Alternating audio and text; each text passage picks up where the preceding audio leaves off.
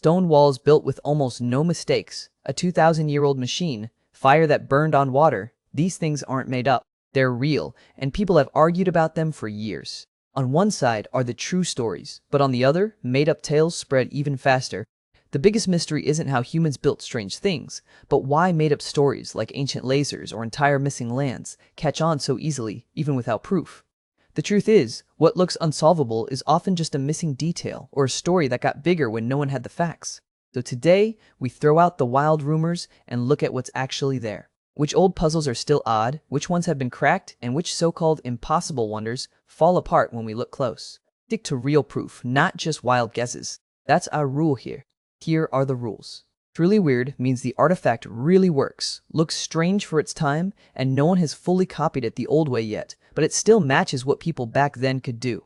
Hard but solved is for the amazing things where history fans and archaeologists have shown again and again how it was built, only using tools from that time. Any open questions are just small details, not big problems. Overhyped is for the stuff everyone loves on the internet, but the main proof is touched-up pictures, picked-over facts, or people forgetting about all the chisel marks. We're only counting things with real reconstructions and evidence you can check. If a wonder falls apart under close study, it doesn't make the list. The Antikythera mechanism looks like an old metal chunk pulled up from a sunken Greek ship, but it turns out to be the smartest computer from ancient times. This brass box solved math problems with gears. It could show when eclipses would happen, track the Olympic Games, and maybe even follow the moon's wild path, thanks to a pin and slot gear that actually copies ancient moon science. With modern CT scans, Freeth and his team found dozens of gears stacked inside, with teeth cut by hand so carefully that they match up within about a millimeter.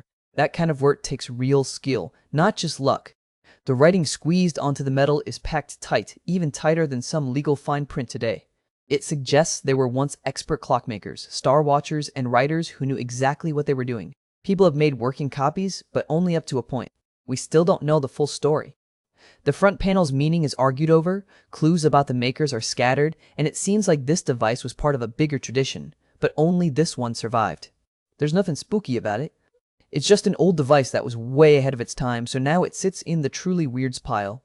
Don't picture some lone medieval cook mixing up a pot of napalm. Greek fire was never just a weird trick, it was a full weapon system that changed how sea battles were fought. Old stories talk about ships spitting out fire that stuck to enemy boats and burned right on the waves. It scared off whole fleets. We know this from people like Theophanes and wild pictures from those times. You see bronze pipes on warships, hoses twisting everywhere, and crews working hard to keep it going. Scientists today still fight over what went into Greek fire. Some guess it used oil, some think quicklime and tree sap, maybe even bitumen. But just knowing the recipe isn't enough. The real magic was in the gear, storing the stuff without leaks, making strong brass nozzles, pumping the mix with pressure, training special crews, and hiding the fuel process so nobody else could steal it. It's more like putting together a modern missile system than throwing a firebomb. People have tried to remake Greek fire, but nothing works right in battle. The secret was kept so well, it outlived the empire itself. Until someone figures out every step, Greek fire stays in the truly weird pile, not magic, just a kind of tech so good it made its own mystery. Let's talk about the Nazca Lines. Those huge shapes in the desert you can see for miles, usually brought up when people talk about aliens on TV. But forget the alien stuff for a second. Archaeologists found old wooden stakes at the ends and corners of the shapes, like tent pegs stuck in the ground and baked by the sun. There are piles of dirt along the edges where people scraped away rocks. They used sticks and string to keep each line perfectly straight. To make those big animals, like the monkey and the condor, they used basic math tricks. Workers stretched out ropes to draw a simple grid, then split the giant picture into small squares, building the image piece by piece like a giant pixel drawing. Teams working from Silverman and Avini's plans have drawn copies of full-size Nazca shapes using only things they found nearby. Drawing a straight line out there takes just a piece of string and some flat ground. The only real mystery is who made the drawings and why. The building part? That's figured out. No aliens or time travel needed. So, Nazca Lines, tough to make, but we know how people did it. Sacsayhuamán sits just outside Cusco and pops up all the time on Instagram as the big, "How did they build this?" mystery. The giant stones in its walls are packed together so tightly you couldn't fit even a playing card between them. Some people say it's machine perfect, like nobody could do this with simple tools. But archaeologists, including Protzen's team, have found marks from quarrying and hammerstones on these blocks. They show up plain as day, like a bruise on white stone. Here's what they did. Workers roughly shaped the stones, put ochre on the towers, pressed one block against the other, then hammered until the ochre marks disappeared. Sand and small stones helped grind the gaps down even more, making the fit super snug. The bumps sticking out on some rocks? Those were handholds for moving the blocks. Sometimes they knocked them off after, sometimes not. There's no secret code there.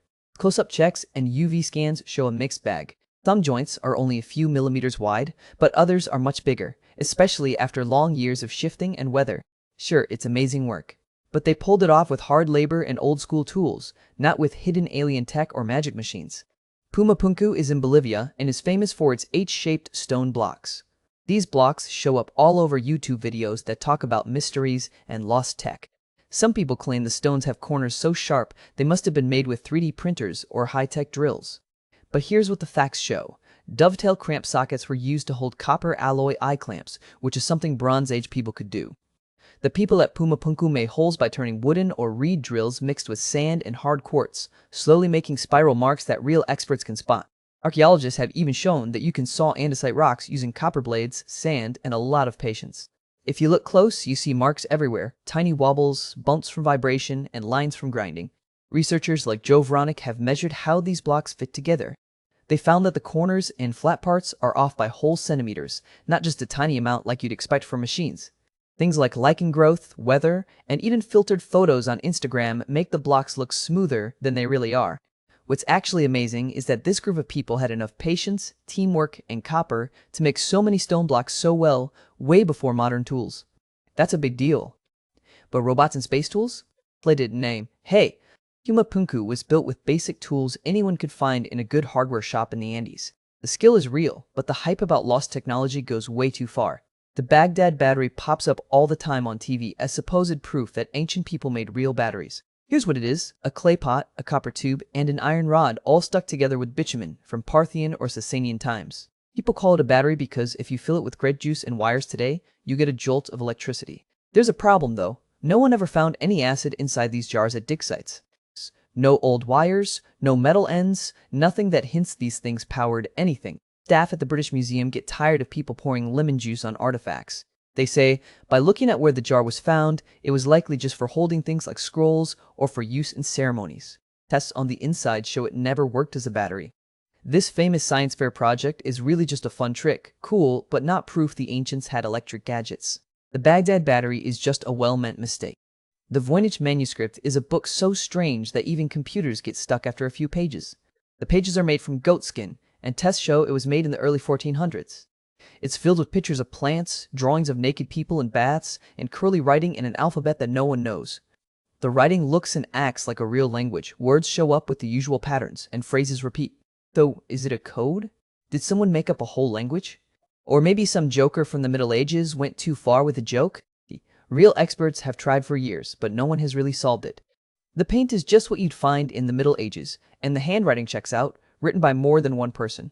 Every year, someone online claims they finally figured it out, but their ideas always break down before finishing the book. The best guess is this: the Voynich Manuscript is a bright, mysterious piece of history from the 1400s. Maybe it's a secret code, maybe it's just random, but one thing's for sure: people made it, not aliens or time travelers. Here come the top lazy ancient alien claims. First, people can't build this stuff today. Actually, we can. DMs have working Antikythera mechanism replicas. People copy the Nazca Lines in just a weekend. Even the large stones will move if you have enough hands, ropes, and good timing. Second, there are no tool marks, but you just have to look at the rocks. The stones at Sacsayhuamán show chips from other rocks. At Puma Punku, you can see spirals where sanding happened long ago. Then there's everything is perfect, but if you really measure, you'll see crooked spots, big enough to lose your keys. Another favorite, no records at all. Maybe the original plans are gone, but we do have notes, old books, and carvings. You can find these from Byzantium to the Andes, though the alien fans like to forget that. Last is the big claim. If people don't talk about who made the tools, who taught the workers, or where the workshops were, they are skipping the hard parts. If your idea doesn't explain the whole system, it's not real history. It's just a made-up story to make you feel better. The next time you see the internet getting excited about some perfect pyramid or a mysterious ancient code, try this quick test. First, is there solid proof that people back then had the right tools or left behind real marks in the spot where the thing was found? Have people today actually made the same thing using only what the original builders had? Can the story survive when you look at real numbers and not just cool internet pictures? Real ancient technology needed instructions, tools, practice, and teamwork. People tracked the whole process. If a piece is missing, it just means there's more to learn, not that someone used magic. And watch out for those fancy science tricks that only work if you slip in something extra, like lemon juice. Ancient wonders are always more interesting when you ignore the hype and look at what the evidence shows. Here's how the list shakes out. The Antikythera mechanism takes first place for being crazy exact and ahead of its time. Its bronze gears fit together so well you'd be surprised to see it in an old Greek shipwreck, let alone made by hand. This Greek fire.